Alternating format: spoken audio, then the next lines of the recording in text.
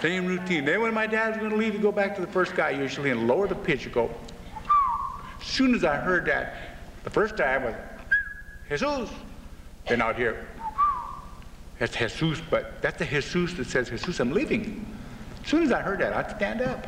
I knew we were leaving. Every Mexican there knew we were leaving. Then my dad would look at Jesus and he'd go, 3 little jerks of the head. And that meant, I'm leaving. Jesus would go.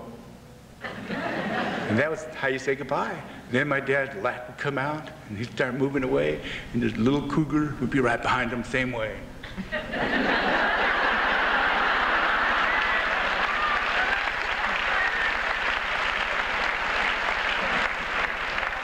I didn't lie awake at night learning to walk like that so I could bug my teacher. Ella bugged her. Why do you walk like that? And then I'd stop. Maybe I'd be going to get a piece of paper or something. I'd stop, and I'd get like this, look at her, and I'd go. Little kid in the 2nd grade. That is how a man walks. That's my reality, okay?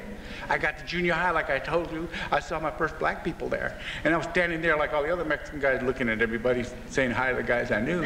Then I saw this black guy walking down the hall to say hi to another black guy. I was in a state of shock. Everything was going, hey, baby, boy.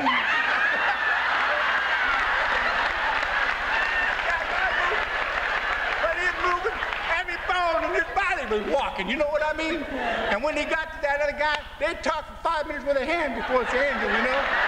And then they were talking real high like this, and you get them to laugh and get way down like I was telling you before. But they never did stop moving, you know? And then when they say goodbye, it took another 5 minutes. And then after they say goodbye, look out, baby.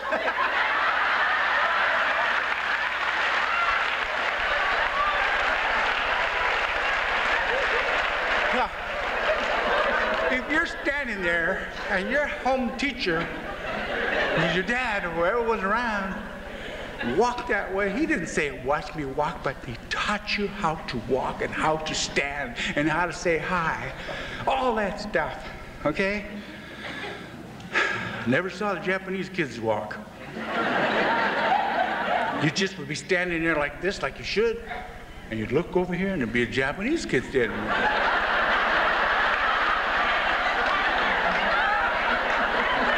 And you'd wonder, how'd he get there?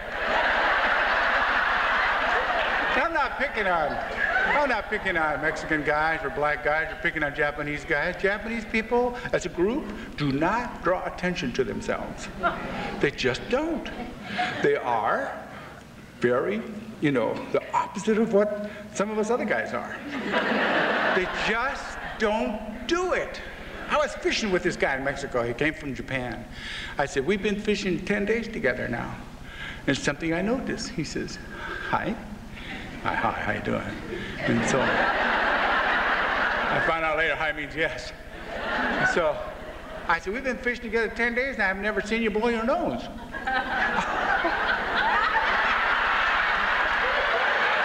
We laugh.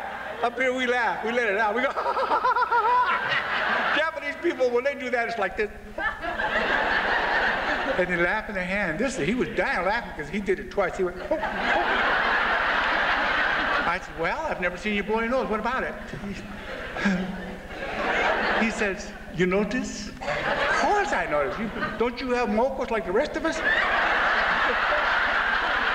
I thought he was going to pass out. He was laughing so horribly. Oh, yes, I do have mocos.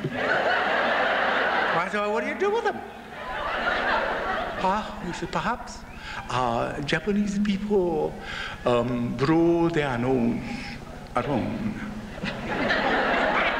You blow your nose alone? Yes. Why?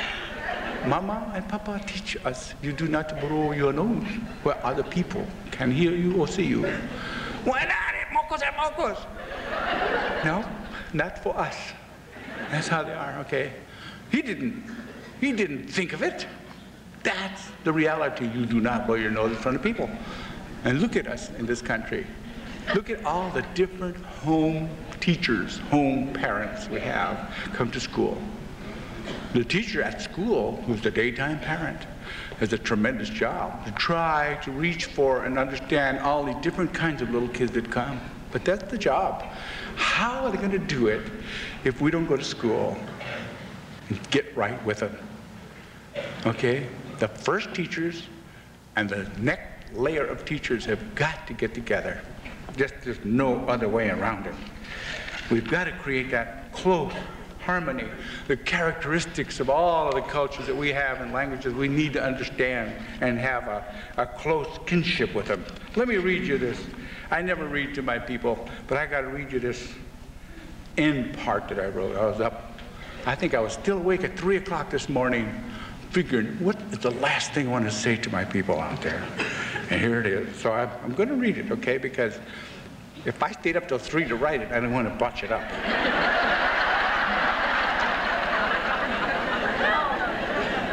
The greatest equalizer of all is the brain power that God gave us, okay? 97% of the people have an unbelievable brain.